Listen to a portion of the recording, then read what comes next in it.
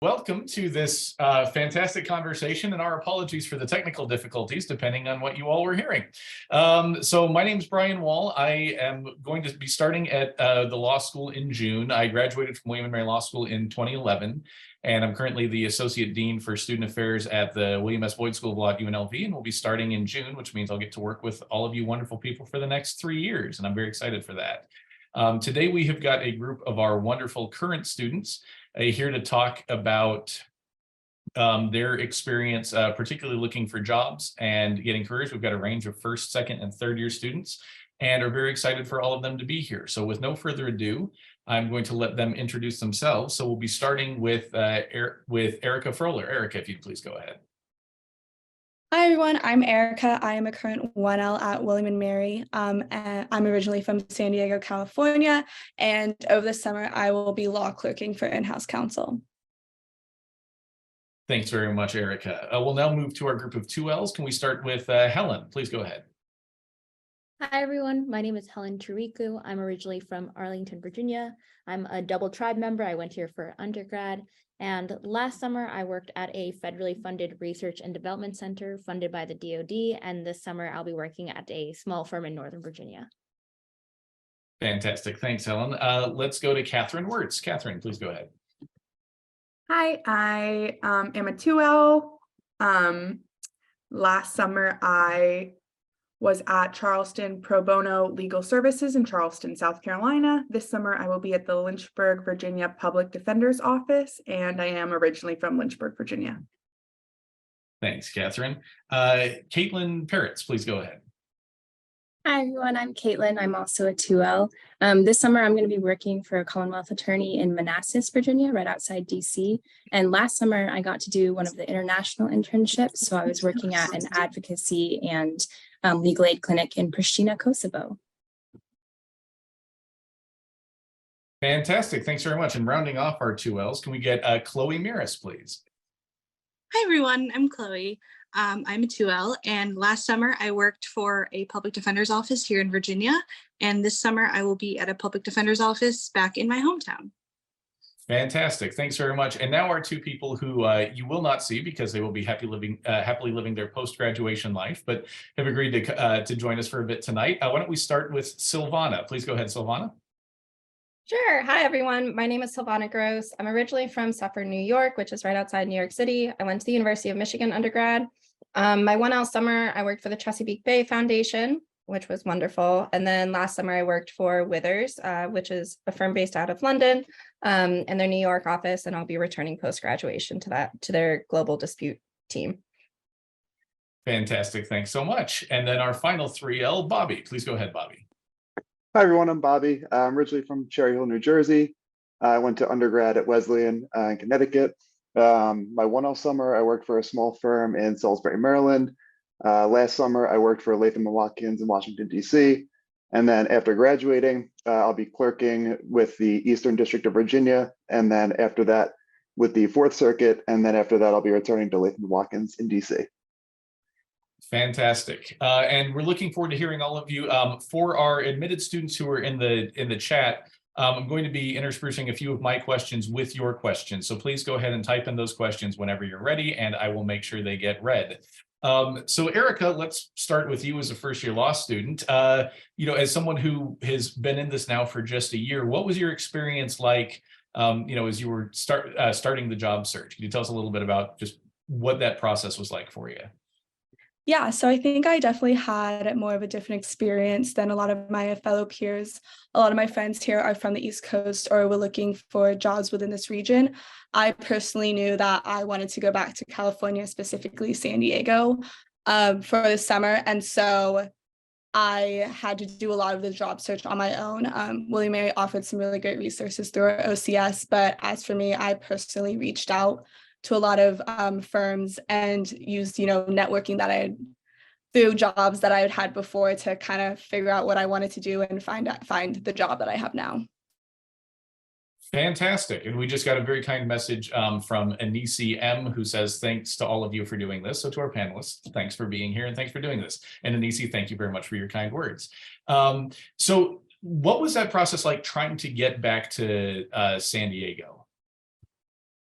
Yeah, I was very fortunate to have, I worked as a legal assistant between my undergrad and coming here, and so I had a lot of connections that way. Also, I have some family friends who are working in the legal environment as well, so kind of just talking to them, getting an idea of what I wanted to do, and then just finding connections through that way. I also went on to William and Mary's LinkedIn and found alumni from William and Mary Law School that worked in San Diego or in California. Reached out to them and set up some informational interviews and just kind of got a grasp of what I wanted to do from there as well. Very cool. Thanks very much. Now I'm going to open this to our 4 2Ls, so please answer in whatever order you deem most appropriate. What was the difference between the 1L job search and the 2L job search like for you? Can you tell us a little bit about how the jobs you were looking for changed and kind of how the process changed for you? I can go first. So for my 1L summer really solidified what I wanted to do. So it actually really helped guide my second summer. I was really fortunate that I worked in a public defender's office my first summer, and I came into college or into law school knowing I wanted to do criminal defense. I just didn't know public or private. That solidified public, and I was able to tailor a lot of my approach for my second summer for that, which was really great. Outside of that, I worked with my OCS advisor on where I wanted to ultimately be after graduation and decided I wanted to go back to Ohio, which I don't remember if I said that, but that's where I'm originally from. And from there, I knew no better place to work than the public defender's office in my home county. So I cold emailed them, and thankfully about a week after that, I had the job. Well, that worked out very nicely. Congratulations. Helen, how about you? I would say 2L was a little more stressful because 1L you feel like it's the stress of like finding a job, but there is this a little bit of added stress of this could be your postgraduate job, so you kind of want to make sure that you're finding the right path, even though that's not for everyone that they go into their postgraduate job as a 2L. I knew for me that was something that I really wanted to consider in my decision-making process and making sure this was the right fit for me. And something that is nice for most people, not all jobs, but your 2L job is paid in comparison to 1L, which is kind of nice to be making some income, especially because law school is expensive. Very true. That's always a nice change. Caitlin, how about yourself? Yeah, definitely. So last year was a little bit different, my 1L summer, because I did do the international internship, and those are run out of one of our professors' centers, Professor Christy Warren. She runs the program. And so that job search was pretty streamlined once I had applied to that and then interviewed with Professor Warren and everything. She has a lot of contacts and will get you into a position somewhere. Whereas this year I did more of, I guess you could say, like a conventional job search where I talked with my OCS advisor. We talked about different options. I knew that I wanted to do something public interest, public service side of things. And there's a big conference basically where they bring a lot of public interest employers into one application process. And so that's what I ended up doing and found my job for this summer. Well, congratulations. And can you remind us, where did you go internationally again? Yeah, I was in Kosovo. It's a small country in Eastern Europe. And was this through International Bridges to Justice? No, it was the Center for Legal Aid and Regional Development, but they do have other positions with IBJ and with organizations like that. And just for anyone on here who's interested in that kind of work, can you tell us what kind of stuff were you doing in Kosovo? Definitely. So I got to work on 2 main projects while I was there. One of them was really looking at Kosovo's post-conflict transition and how rebuilding their justice system is going for them. They're now 20 years post-conflict. And so just seeing, how has reconstruction gone? Is it, what are the successes? What are the challenges they're still facing? And then kind of brainstorming ways they could move forward. And then the other project I was working on was kind of more of an advocacy side of things and a little bit of legal aid, where CLARD, the center I was working with, was doing an anti-domestic violence awareness campaign because domestic violence in Kosovo had just been bumped up from a civil offense to a criminal offense. So they were going out into municipalities and into cities and villages around the country and telling people about their rights and about the consequences for perpetrating domestic violence, and then helping survivors secure legal aid if they needed it. What an awesome experience. Thanks so much, Caitlin. And Catherine, before we get to you, we have a question in the Q&A, and this is for Chloe. So Chloe, Nelson is asking, what kind of internships can a student who's interested in criminal defense expect going into 1L and 2L summer? And will activities such as moot court give me opportunities to practice my litigation skills? So when you come into law school, knowing what area of law you're really interested in, it gives you a really nice kind of leg up. You can kind of hit the ground running. The world is your oyster. We have, Caitlin mentioned it, we have the on-campus interview program called GPIP, which is the government program. I can't remember, so many acronyms. But it's GPIIP, and it is a bunch of employers that come together, and it includes public defenders' offices, it includes Commonwealth attorneys' offices, and not just in the state of Virginia, but in other states too. And it's over 100 employers. So that's how I found my summer internship for my first year. That's a really awesome program, especially if you come in knowing you want to do a criminal defense. After that, I did an externship my fall of my 2L with a local private defense firm. I found that the head supervisor for that actually teaches lawyering skills at the law school. So that's how I was introduced. So once you're on campus, I mean, jobs can really come from anywhere. It can come from one of the designated programs. You can just be introduced to the right attorney at the right time. Someone could suggest something to you. It really can come from anywhere. And it's about what you kind of do with that networking and those leads. And then would you mind talking a little bit too, just to answer the second part of that question about whether it was moot court or anything else that kind of gave you the oral advocacy skills that you're going to need going into this? Absolutely. Competition teams obviously will help kind of hone those skills. If that is something of interest to you. I personally did not pursue a competition team. I pursued other interests. I did journal and a couple other organizations on campus.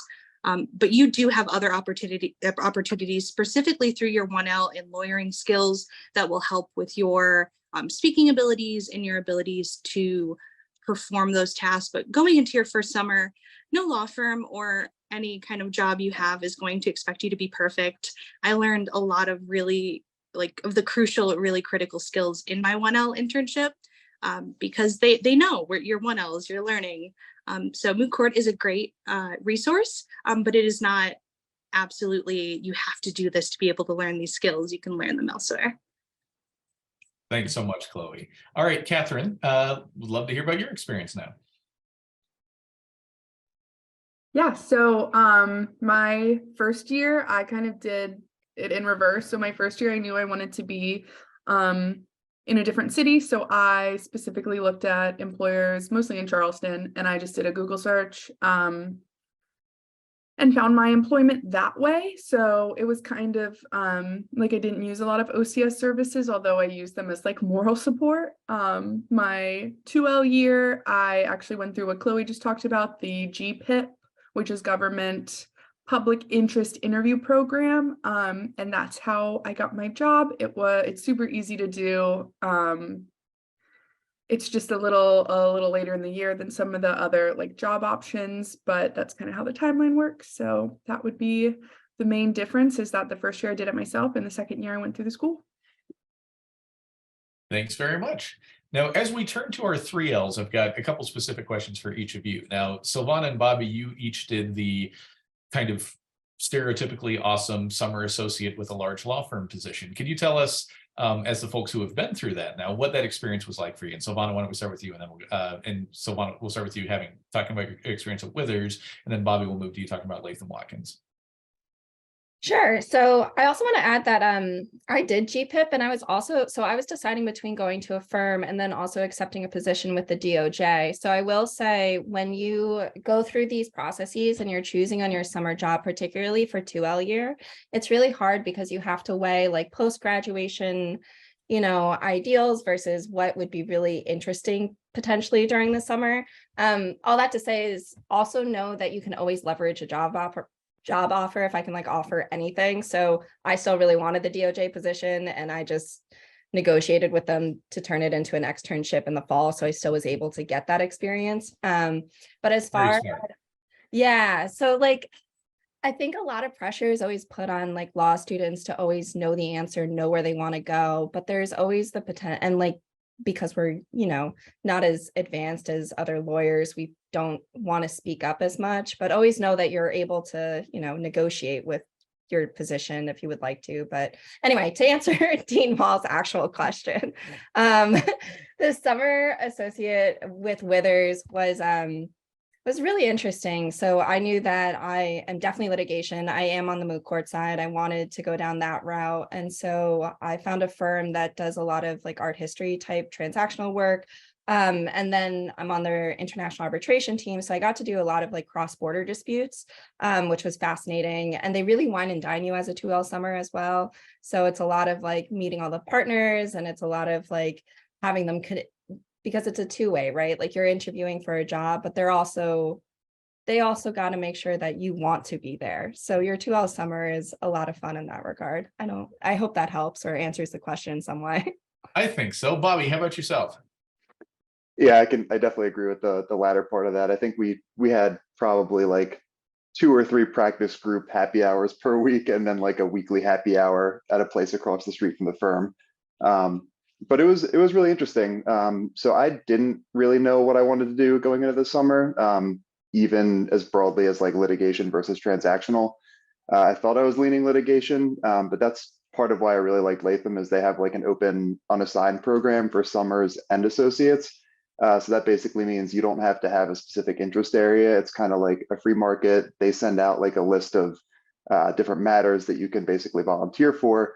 And then you can hop on those assignments. So I worked on anything ranging from like appellate work, where I was sitting in on meetings with the Solicitor General's office, to like antitrust work, white collar work, just standard litigation, and a lot of copyright trademark kind of work. So really interesting. And a lot of it is really about, like Silvana said, like meeting the people. They're trying to sell the firm to you often. And making sure that it's somewhere that you kind of want to spend your time, even beyond that, just getting to know the people, I think is probably even more important than the work you're doing over the summer, because even after you're done even after, you've done your 2L year, you're still not like a full attorney. They're not expecting perfect work. So I think the interpersonal relationship aspect is really important that summer. Absolutely. And Bobby, if I can stay with you for one additional question here, you're not going to be going back to Latham for a couple of years. You've got 2 judicial clerkships in between there. Would you mind talking a little bit about the process of applying to those clerkships and why you decided to take those on instead of starting immediately at Latham? Yeah. So I kind of figured out that I did want to do litigation at some point along the way during 2L year. And clerkships are really beneficial for that. Firms will tell you that, because they, you kind of get to see like the other side of how things are working in a court. You get some familiarity with like a specific judge. So the first clerkship with the Eastern District of Virginia, that one was kind of more an informal process. So OCS at William & Mary, they have pretty good relationships with a couple of different judges, particularly in the Eastern District of Virginia. So they were soliciting applications from students that you would send in, and then it would go to, I don't know how it worked on the school side, but it went to like a federal clerkship committee at the school. They would kind of decide which applications they were going to pass along to the judge, and then the judge would decide among those applications who they wanted to interview. So that was in February of my 2L year when I applied to that. And then I interviewed shortly thereafter and got it for 2023, 2024. The Fourth Circuit clerkship happened a little more recently. And I think that one speaks a lot to kind of how well connected a lot of our professors are. I had a professor write a rec letter for me, and I think, it went a really long way, because she had a previous relationship. She kind of knew the judge a little bit. But that was kind of a more standard timeline. I applied on Oscar, which is like the online portal for applying to federal clerkships. So that happened, I guess, kind of right near finals 3L fall. So I applied through there, interviewed in December, and then had to do a writing test as like a second round of the interviews in January, and then found out about that I got it like late January. So both kind of informal in some ways, just because of the relationship between my professor and the judge. But that one was a little more formal than the other one. Very cool. Thanks. And again, congratulations. That's a great outcome. As a reminder to our admitted students on the thing, we are going to be taking your questions. So please go ahead and start to put those in the Q&A. Turning back for a second. Oh, wait, actually, we have a question right now. So from Megan Pierce, thank you all so much for making the time to share such great insight. I'm hearing so much about the way in which you've leveraged your respective networks to find and secure opportunities. Can you share a bit more about what professional networking looks like throughout the academic year on off campus, including virtually? Fantastic question. Would any of our wonderful panelists like to start? Silvana, go ahead. And then Helen, why don't we go to you after Silvana? I think a great thing about William and Mary, and what I love about William and Mary so much, is even though you graduate, and maybe I'm saying this just because I'm about to graduate, but the alumni are really actively involved within our like student org groups. So if you join Moot Court, if you join SPA, if you join ADR, or even if you join like SEALS or JILSA or any of our other student orgs, there are always going to be alumni within that space that you can connect to throughout the year. I think the best habit to do is try to talk to at least like one new person a month or one new person every couple of months, depending on your workload, even if it's just to say like, hi, hello, we graduated from the same law school. It's really, William and Mary is a very tight-knit community. And I guarantee you that like, if any of you who are, joining us today want to, send me a LinkedIn message in 2 years or something, I would be more than happy to drop everything I'm doing and talk to you. And I think that's a hallmark of a lot of William and Mary students, is that we just want to tell you how much we want to help you throughout your career. Helen, go ahead. I would say personally for me, I love networking because a little fun background. I was in a sorority and it was like sorority recruitment, and that really prepared me. So even if you think that's very humorous, it actually became very beneficial. And it's really helpful in being able to expand your interconnections beyond just William and Mary. So the way that I utilized my networks was at the end of all of my informational interviews, I would ask, is there anybody else that you'd recommend I speak to? And then that would connect me to someone else that I may have not been able to get in connection with.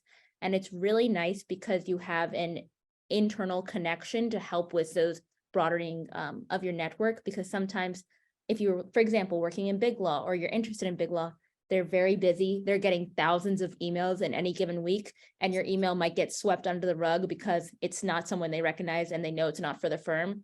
But having that internal connection of being like, oh, my fellow associate recommended I talk to this person. They'll genuinely care. And like Silvana said, William and Mary individuals and alumni are very, very receptive and willing to help a lot of individuals. That's where I started with my networking. LinkedIn with my best friend. I just started there and utilized similar connections. Like Silvana said, if I'm on trial team, if they were on trial team, that's where I would start talking about that, or other organizations. And if I can give you, oh, sorry, go ahead, Catherine. Sorry, just really quick, I wanted to add, during my 1L winter break, I took a trip out to Denver to visit friends and just like cold LinkedIn messaged a couple alumni that were out there, and both of them offered to let me come shadow at their jobs. And they both had summer opportunities that they not only told me about, but like pressured me to apply for. And I was not interested in either area of the law, but they were so nice about it. So that's like a great experience I love to tell people about. Thanks, Catherine. And Megan, if I can give you the, I guess, slightly older perspective on this. So I graduated from William and Mary 12 years ago, and my career has taken me to Edinburgh, Scotland, and then to Las Vegas. Not places that I necessarily thought I was going to run into a ton of William and Mary law alums. And it turned out I ended up working with 3 different alums in some capacity while I was in the UK.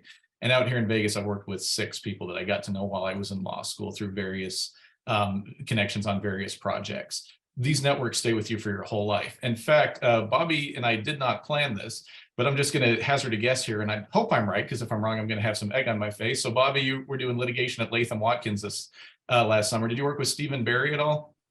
I did. Well, I didn't work with him, but I met with him. He was one of my interviewers, actually. Great guy. Yeah, Stephen Barry was one of my best friends in law school. We graduated together. We were both married at the time and luckily still are, and did double dates all the time. Our wives hung out a lot while we were, in class struggling through torts, and, 12 years later get on a Zoom, and turns out we got a mutual connection here. The strength of this network is absolutely incredible. And it's something that I think is going to be a great asset for all of you coming through here. While we're waiting for another question to populate in the chat, Silvana had raised the, if I had one piece of advice for you. So I kind of wanted to open that question up to some other folks. So Erica, I know that, it's always tricky at the end of your 1L year when you're probably feeling like, wow, there's a whole lot, but you've learned a whole lot. What do you know now that you would wish you would have known going into your 1L year as far as starting your job search? Oh gosh. I think when I first started my job search, I really thought that I was strictly limited to OCS and what they could provide me. And so now if I could go back and tell myself at the beginning, I would say, start networking, reaching out if you want to be in a certain geographic area, or if you want to pursue a specific type of law. For me, I'm really interested in corporate law. Just start going after that from the beginning. You really don't need to wait for someone to tell you, oh, you can branch out. I think I kind of tended to do that until I started talking to my advisors and my mentors, and they say, you can cold email people, you can just reach out on LinkedIn, it's not that big of a deal. So I wish I had that advice given to me at the beginning of my job search rather than later. Yeah, it can't hurt you to really just throw everything out there and see what you can get back. Thanks very much. I think that's great advice. Catherine, how about you? Is this one piece of advice specific to? One piece of advice that, you would, in your advice giving capacity, that you would like to give? My one piece of advice, which is a little tough because I did not come to law school with a purpose, but I think if you have a purpose in mind, it's super important to keep that kind of at the front of your mind while you're going through the process, because a lot of times everything in law school can feel like the most important thing, and it's just not true. And keeping your eye on the big picture of why are you here can really put it in perspective when you are cranking out citations for journal competition and stuff like that, really being this is not going to make or break my career or my future. I think that's my best advice for incoming students. Very good advice. So Caitlin, I would love to hear your advice, but I also have a somewhat more specific question for you as well. How did you find that having the Kosovo experience that you had on your resume, how did that impact the conversations you had in your interviews for the firm jobs for your 2L summer? Yeah, it has definitely been a talking point in interviews. People see it on your resume and they're very interested to hear, what did I learn? What did I do? Am I interested in doing more international work, kind of things like that. So it's been a really cool experience that I've gotten to share with so many people, just getting to talk about it. And I loved every minute of it. I learned so much, and I'm not going international again this summer, but I wouldn't have traded anything, and I would go back international in a heartbeat. So kind of to echo what Catherine was saying, knowing why you came to law school and why you want to do it is so important, because I feel like when you get bogged down by all the exams and all the studying and just the stress and the pressure, literally write yourself on a sticky note and put it on your desk of this is why I'm here, and just remind yourself consistently. And I think I'll also say just keep an open mind, because I knew that my interest was a lot of the international and comparative law aspects, but then I didn't really know what I wanted to do with that after law school. So being able to try just little things here and there. I did the international internship. Now I'm doing an externship with a nonprofit in DC, and then I'll be working with the Commonwealth Attorney this summer. And so just getting to try little things here and there, keep your mind open until you really find the thing that's your thing, I think is really valuable. Thanks very much. Helen, let's turn to you. What's one piece of advice you would share with someone in your shoes who's, I guess, a couple years behind your shoes? I would say, especially with the job application process, not to count yourself out. Let the jobs do that for you, because I feel like sometimes, especially in law school where imposter syndrome is very real, if you don't meet a qualification exactly to the T, you might not think that you're going to make it, or you might not get an interview. And I wish that was instilled in me very early on, because I will be very blunt in saying sometimes some of the criteria that I applied for jobs, I did not meet exactly. I would miss like 2 out of 5. And usually you think, oh, I shouldn't even apply. I shouldn't even try. But for those applications, I got interviews and then callback interviews for. So don't be the person who counts yourself out. And we're all our harshest critics, and it can seem very like negative and that you might not be qualified, but you are qualified. And I would just like to instill that. That is fantastic advice. Thanks, Helen. And Chloe, I promise I'm going to come to you, but we actually have a question that, Helen, your answer actually dovetails really nicely into. So maybe I could ask you to start with this one. And it's about the OCI process. If you could talk about the process of wading through OCI, what particular pieces of advice you all have regarding that process. And Helen, I'm thinking particularly, would you mind starting by talking about those kind of early framing things where you might think, yes, I'm a candidate for this, or, ooh, I don't know if they're going to laugh me out of the room when they see my application? Yeah, I would say especially with utilizing OCI, they're there to be your support, and working with your OCS advisor, which stands for Office of Career Services. I just want to make sure, since there's a lot of acronyms being thrown. And one of the things is making sure all your application materials is putting your best foot forward. And I think that's what's really helpful, because especially if you're missing certain criteria, whether that be grades or whether that they prefer a journal or a competition team, whatever that may be, making sure that everything else is in a fantastic place. And OCS is really there to help you in reviewing your writing sample, your cover letter, your resume, making sure there's no typos or no like extra period and spacing. So I think having opportunities to practice that is really helpful. And what I think might be helpful here, and here I'm going to actually ask Bobby and Chloe, I think, to kind of take point on this, and then anyone who wants to chime in. The OCS or the OCI process can look a little bit different for firms as opposed to through what you've heard about with the GPIP, with some of the government and public interest jobs. So Chloe, could we maybe ask you to talk a little bit about your experience going through the GPIP, and then Bobby talk about going through OCS on the firm side, and then anyone who wants to chime in on either of those, please chime in after. So with GPIP and the other couple programs we have for different areas but are structured very similarly, now that it all moved virtually for the pandemic, obviously, and it's stayed pretty virtual, it has actually really streamlined the process. Like I said earlier, there was over 100 employers. I was able, in one fell swoop of just kind of dedicating one good afternoon to it, I was able to apply to 15 employers. So it's a really easy process. It's made really fair. Everything gets shuffled and sent on over. So there's no advantage to submitting early or disadvantage to submitting late. So you submit it to OCS, they send it on to the employers. You get contacted all on the same day about what interviews you got. I think out of my 15 I applied to, I got about 7 interviews, if I remember correctly. They all happened over 1 to 2 days. So it's all just very consolidated and very easy. And it just made the process really stress-free. I know it just from friends who are just doing the normal applications and the grinding, it just really brought that process all into one place and made my 1L summer very easy. And by the time I started my second semester of my first year, I had I got contacted early by an employer and had my job set up. So I was done by first day of spring semester. That's awesome. Thanks, Chloe. Bobby, you want to take us through the firm side?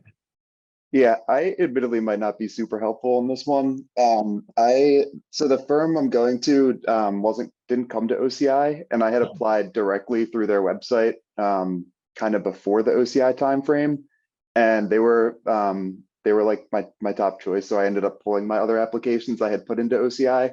But I think that's still kind of a valuable takeaway. Is something I did was I looked at who was coming to OCI and kind of made a list of the firms I was interested in, and then went outside of that and saw which ones I could apply to directly instead. And just as a matter of timing, I think if you are going to send directly rather than through OCI, it probably is worth getting it out sooner rather than later. So that's something kind of maybe look at in earnest to the extent you have any free time during your 2L spring, is just kind of doing some research on the different firms that you're interested in. Practice area, culture of the firm, and kind of seeing how you're going to have to apply to those firms. And then I think to Helen's point with OCI, something that my OCS advisor really stressed was don't self-select yourself out of the different firms. You don't know what exactly they're looking for. So, you kind of want to just apply to as many as possible, because, you don't know how many you're going to get, and it's worth kind of just keeping all your options open. And that is really good advice. The William and Mary's Office of Career Development does a great job of bringing in a lot of employers for OCI, but there are a ton of employers out there who are going to be taking applications through different ways. And you might send a lot of applications that you never hear back from. I think I still have several applications pending from my 2L year that, I'm sure I'm up for review any day now. But when it works out, it works beautifully, and that's fantastic. I'm not sure if anyone else went through the firm process for got their job. Silvano, did you get your job through OCI with Withers? Yeah, through it's like the Northeastern program, I think that's Right. yeah, but the one thing I will say is I think OCI does there's just like everything in the legal world, everything is rankings associated potentially. My firm is, so the firms are listed in something called the AmLaw 200, and it lists the 200 like best firms in this country, right? And so I think there is an emphasis to kind of gravitate towards these firms. But I will say, like, and I want to reiterate what Bobby's saying is like, do your own research, because Withers is outside of that AmLaw 200 because it's headquartered outside of the US. So you're limiting yourself when you only kind of look at these ranked firms. I would, and there are experiences that these other panelists have had at like smaller firms where you may wind up doing even more interesting work just because you have more hands-on experience. So OCI is great. They're going to offer you a great list of firms to apply to, but definitely do your own research if you don't feel like any of those firms are, hitting what you want out of your career. Thanks so much for that. We've got another question from Anesi, which is an interesting one. She would love to hear, particularly from those of you who worked in public interest positions, about what a given day at work might look like. So we've already had the Wine and Dine Summer Associate conversation. So if you want to talk any more about the baseball tickets or anything like that, feel free. But let's, have our folks who have done some public interest stuff. Can you talk a little bit about, and Caitlin, I'm guessing your day in Kosovo might look a little bit different than everybody else's day. So why don't we start with yours? Yeah, sure. So I guess since I was at like a legal aid clinic and advocacy center, it was a public interest type position. So it might be a little different in Kosovo, but we did a mixture of, things in the office, lots of research and writing, looking up current issues in the law and trying to figure out if there was case law or anything to determine kind of how a case would go. But then also we would go into the field and we would talk to people who needed legal aid. They needed legal services but couldn't pay for them, and so they needed assistance, and we could help them from anything just filing a complaint in court, or help with a contract or a property question or things like that. So a typical day was either working directly with people who needed help, or it was doing research and writing that would then help people who needed help. So that's how I would characterize it. Thanks, Caitlin. Who else wants to chime in on this from summer in public service? Yeah, go ahead, Chloe. So I definitely would say it's going to change depending on how the summer goes, how often you're working with your supervisor, and then as you emerge out of your first summer. So like I obviously had a lot more responsibility in my fall externship than I did in my summer internship for 1L. But a typical day with the public defender's office, and I know from friends who were at similar kind of offices, it was very similar. I started basically every morning going to court.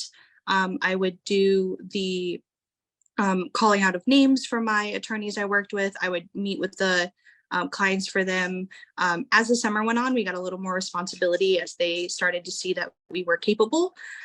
So I would get to actually do like initial interviews with clients, which was really cool. I would get to do phone calls with clients, but typical day, after court, because that wraps up before lunch typically. Afternoon court happens, but is kind of rare.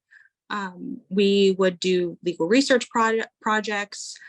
We had one case come in that was a lot of body camera footage. So all of the interns, we had hours of body cam footage to transcribe, which is very, very interesting work, surprisingly, even though it is very repetitive. Thanks. Anyone else want to chime in on a day in the life of the intern? And or Yeah, extern? Yeah, go ahead. Go ahead, Catherine. Sorry. So I was at kind of the other side, not the other side, but a different perspective than what Chloe did, because I was at a legal aid office which does civil work. We didn't do any criminal work. So we did similar things, but we worked on divorce cases, some property cases, wills and trusts. So every day was different, which is something that's really important to me. I get bored with the same day over and over again. And that was something I really liked. We also got to do a lot of court observation, which I found to be very enlightening. And so, yeah, every day kind of had the same elements, but maybe in a different order. So we would do research, we would talk to clients, we would observe some court. And then my organization was really good about building and networking opportunities for us. So a lot of my 1L summer job was networking as well. Very cool, thanks. Anyone else want to chime in on this particular question? Kind of tangentially related. I just wanted to plug in terms of summer jobs, like working as a research assistant for professors, particularly during your 1L summer. That was a really beneficial experience, I know, for me and lots of other people. Not only are our professors like working on super interesting topics, but you get a lot of really good experience, particularly if you want to do litigation in, Westlaw research, Lexis research, whichever your preferred research database is. But even just forming a relationship with the professors, because not only are they really good at what they do, they're all really nice people. So it's just kind of fun to get to know one another. And speaking from my experience too, it's a nice kind of way to potentially get a recommendation letter down the line if you're going to need that for something you're applying for. Thanks very much, Bobby. Good call. Again, feel free, our admitted students in the chat, feel free to put any other questions in. Chloe, I think we're up to you now for if you had one piece of advice, what would it be? So definitely start early on working on your LinkedIn. My undergrad had their own version of LinkedIn that we used. So when I left my college, I really didn't have a very good LinkedIn. So I had to get some work done on that quickly, because that is a super, super powerful tool. You've heard a couple people mention it so far. It is an amazing tool to find. Everyone puts everything they've ever done on their LinkedIn, from internships they had their first year to just, journals they were part, everything is on there. So you'll be able to see people who are currently interning at offices you may be interested in, did in the past, who currently work there. It can be a really, really powerful tool, especially in the job search. So do not discount LinkedIn and getting your LinkedIn ready to go before you get to law school. Thanks very much for that. Bobby, you're up next, and then Sylvan, I know you already gave one, but if you want to have a second piece of advice, I think that's allowed. Yeah, kind of in the same vein of networking discussions. I would say don't be afraid to reach out to 2Ls and 3Ls at the school. That's something I definitely didn't do as a 1L that I would do in hindsight. And particularly as a 3L now, I'm a teaching assistant for a couple of different classes. And my favorite part of law school thus far has been talking to 1Ls and trying to provide, insight for the different things that I've gone through here at law school. And I know a lot of 2Ls and 3Ls feel similarly. You come into a totally new environment as a 1L, and it can be scary and overwhelming. And the 2Ls and 3Ls, they all went through it too, and they want to be there for you. So don't be afraid to reach out to them. Thanks, Bobby. Sylvan? Sure. So the overarching thing I think that you have to learn in law school is that your to-do list will never be done. And I think a lot of us who go into law school, we're the kind of people who we need to check mark and make sure everything is done before you go to bed at the end of the day. And I think for my mental health, particularly when you're looking at jobs and trying to figure that out, make sure that you give yourself a break if you're not finishing off that to-do list, and remind yourself there's always tomorrow. Also, if I can do another one, because the panelists know me, I always have something to say. But the other thing is always get involved, because William and Mary, it's so easy to get involved, and you don't fully know exactly what you want, even though you might be stubborn and think that you do know what you want, because I'm one of those people. But it's like by joining things and having these different experiences, and like that's how you're going to meet the 2Ls and 3Ls. That's how you're going to make your relationships with your professors. So just join as much as you can or you have time for. Thanks very much for that, Silvana. And that's actually a very nice segue into our ending thing, unless anyone has any other questions in the chat. So I have put in the big chat for everybody the email address of Dean Mike Endy. He is the Dean of Career Development. He's happy to answer any questions and connect with any of you early on. For those of you who went to Admitted Students Day, he does want you all to connect with him on LinkedIn, and then you get some kind of special something. So please do take him up on that. And then at the bottom, I put my Gmail address. I will have a William and Mary email address at some point here in the next 6 weeks. But until I have that, if there's anything you want to follow up on from this conversation, or if there's anything else I can do to help smooth your path to coming to Williamsburg in the fall, please just reach out and say the word. We'll go ahead and give any of our admitted students, if you have any last questions for the Q&A, please speak now, or not forever hold your peace, but hold your peace until next time. So Erica, we've actually got a question for you. So Sydney Hamilton asks, I'd love to hear more from Erica about how she decided on an in-house counsel internship. Thanks for that question, Sydney. Erica, all yours. Yeah, so like I said before, I worked as a legal assistant between my undergrad and coming to law school. And while I was working with the legal assistant, while I was doing that, I was working with general counsel, but they had also brought in-house counsel on during that time. And so my duties kind of got split up, where if I wasn't doing much for general counsel, I kind of went and helped the in-house counsel department. And it was really nice for me to see that they were really focused on their career and helping the company, get what they needed to be done. But they also had a private life and, that work-life balance. And so as for me, like going into big law isn't something that I'm necessarily super focused on doing. I would like to be able to focus on helping one company get their needs met. Still trying to figure out if in-house counsel is something that I want to do, and hopefully that summer will help me figure that out for sure. Very cool. Thanks, Erica. And thanks for the great question, Sydney. Anyone else? All right, in that case, thanks very much for spending your Wednesday evening with us. We hope to see all of you in the fall, and please feel free to reach out if we can be of any help. Thanks very much.